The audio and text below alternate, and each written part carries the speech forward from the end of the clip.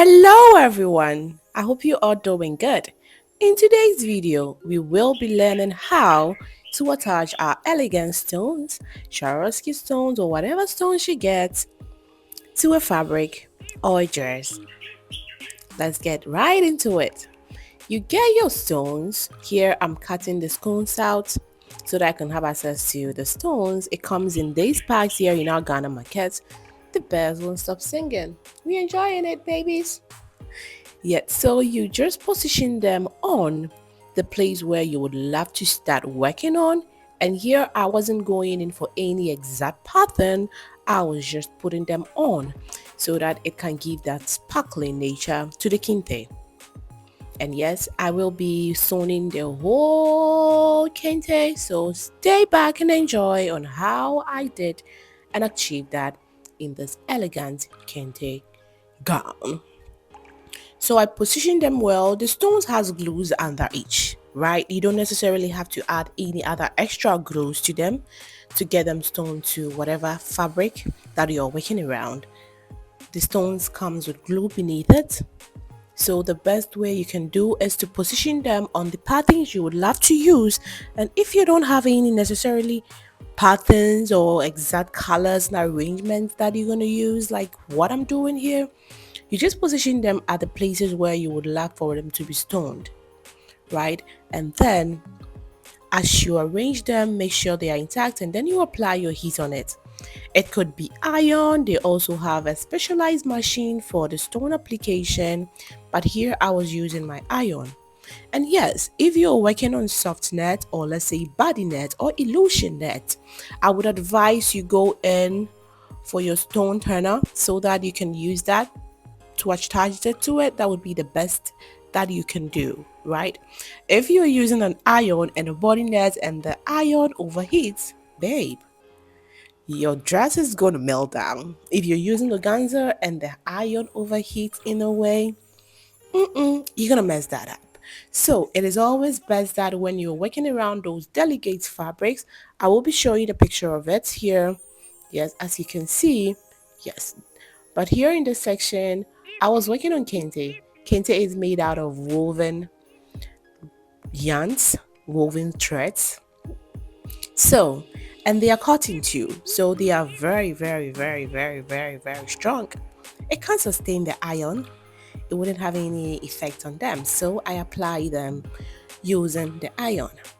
And yes, I was done by making sure that the iron were being regulated and working right so that I wouldn't spoil the kente or the fabric I was working around. And yes, this was my traditional outfit. This was the first look for my traditional.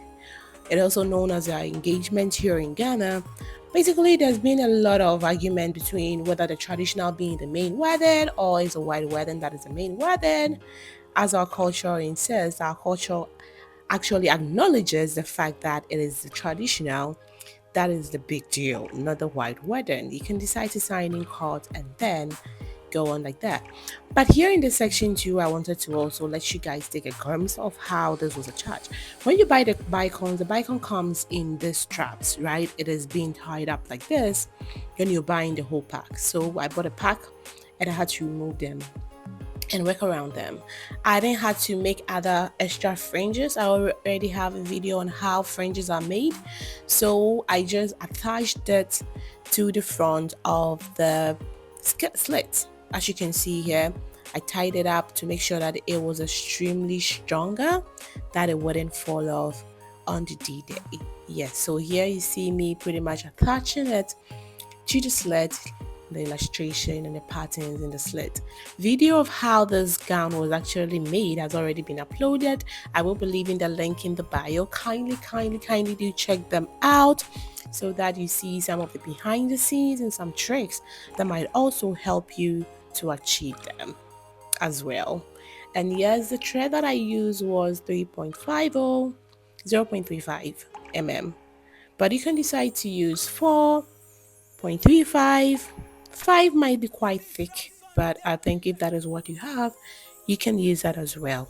So here I was tying that up, as you can see here, tying it to make sure that it had been attached two bicons and very, very closed up. That is why you can see me going on in multiple ties, just so that it can be strong as it can be. And the best ties you can ever have, or the number of ties you can have with fishing wire, I would advise you go in for 4 or more, so that it can be extremely stronger. You don't want to do 2, you don't want to do 1. The weight of the bicons were pretty strong, and bicons are literally, they are glass, right? So they're quite heavy. So I would advise you go in for 3 or more, or let's say at the worst case scenario, let's try 4, right? 4 ties always does the magic. So here you can see me trying my best to make sure I position it at how I wanted it to be. Right, this is how it comes in. So I was securing it by tying it up extra time so that it can be completely secured. Right, that is what you see me doing here, and then I'm actually cutting off the excess, attaching it to the kente, and I would advise you go in for at least 3 ties, right?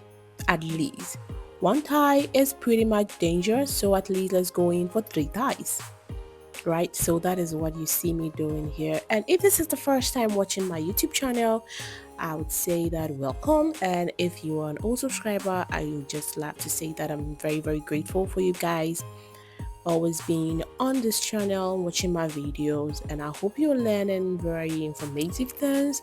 If you have any other topics that you would love for me to make videos on, you can drop them in the comment section, and I'll be excited to do that as well. Hey, this side was giving me quite some troubles because like the thread, the fishing wire was very, very short, and I had to get like the ties right. I didn't want it sparkling down, and I mean tearing and it all just falling down and sparkling down. So I had to make sure that I give it a very good tie. That is what you see me there doing here. And then I cut off the excess. Yes, that is what you see here. Don't forget to also check out my Instagram handle as well. Let's do connect there. And yes, admissions are open. We have online classes that we do for both sewing and beading. And yes, we have in-person classes as well.